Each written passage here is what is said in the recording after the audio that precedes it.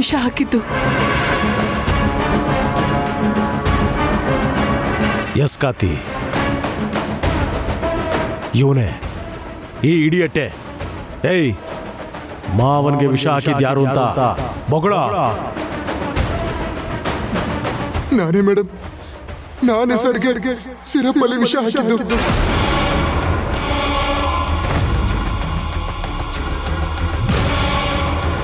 ಯಾಕೆ? ಯಾಕೋ ಹಾಕ್ದೆ? ಎಲ್ಲ ನಮ್ಮ ಅಮ್ಮಂಗೋಸ್ಕರ ಮೇಡಮ್. ನಮ್ಮ ಅಮ್ಮಂಗೆ ತುಂಬಾ ಹುಷಾರಿರ್ಲಿಲ್ಲ. ಅವಳ ಆಸ್ಪತ್ರೆ ಖರ್ಚಿಗೆ ಅಮೌಂಟ್ ಬೇಕಿತ್ತು, ಅದಕ್ಕೆ ಹೀಗೆ ಮಾಡಿದೆ ಮೇಡಮ್. ಏ ಫೂಲ್, ನಿನಗೆ ದುಡ್ಡು ಬೇಕಾಗಿದ್ದಿದ್ರೆ ನಮ್ಮನ್ನು ಕೇಳಬೇಕಾಗಿತ್ತು, ನಾವು ಕೊಡ್ತಿದ್ವಲ್ಲ. ಅದಕ್ಕೆ ನಮ್ಮ ಮಾವನ ಪ್ರಾಣ ತೆಗಿಯಕ್ಕೆ ಹೋಗಿದ್ದೇನೋ. ಸರ್, ನಂಗೆ ಬೇರೆ ದಾರಿ ಇರಲಿಲ್ಲ ಸರ್. ಅರ್ಜೆಂಟಾಗಿ ಅಮೌಂಟ್ ಬೇಕಿತ್ತು ಸರ್. ಏಯ್, ಹೀಗೆ ಮಾಡು ಅಂತ ನಿನ್ಗೆ ಯಾರೋ ಹೇಳಿದ್ದು? ಹಾ, ಬಾಯ್ ಬಿಡೋ. ಏಯ್, ನಿನಗೆ ಹೇಳ್ತಾ ಇರೋದು ಬೊಗಳೋ.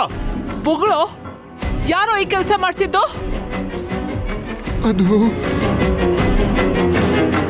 ಅದು ಮೇಡಮ್.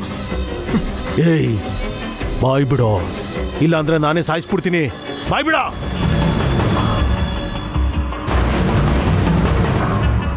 ರಘುಪತಿ,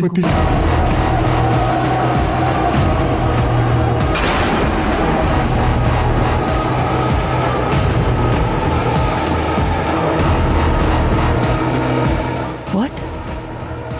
ರಘುಪತಿ ಹೇಳಿದ್ದ? ಅವನೇ ಸುಪಾರಿ ಕೊಟ್ನಾ? ಹೌದು ಮೇಡಮ್, ಅವರೇ ಈ ಸುಪಾರಿ ಕೊಟ್ಟಿದ್ದು. ಅದ್ ಹೇಗ್ ಸಾಧ್ಯ? ಅವನ್ ಜೈಲಲ್ಲಿದ್ದಾನಲ್ವಾ?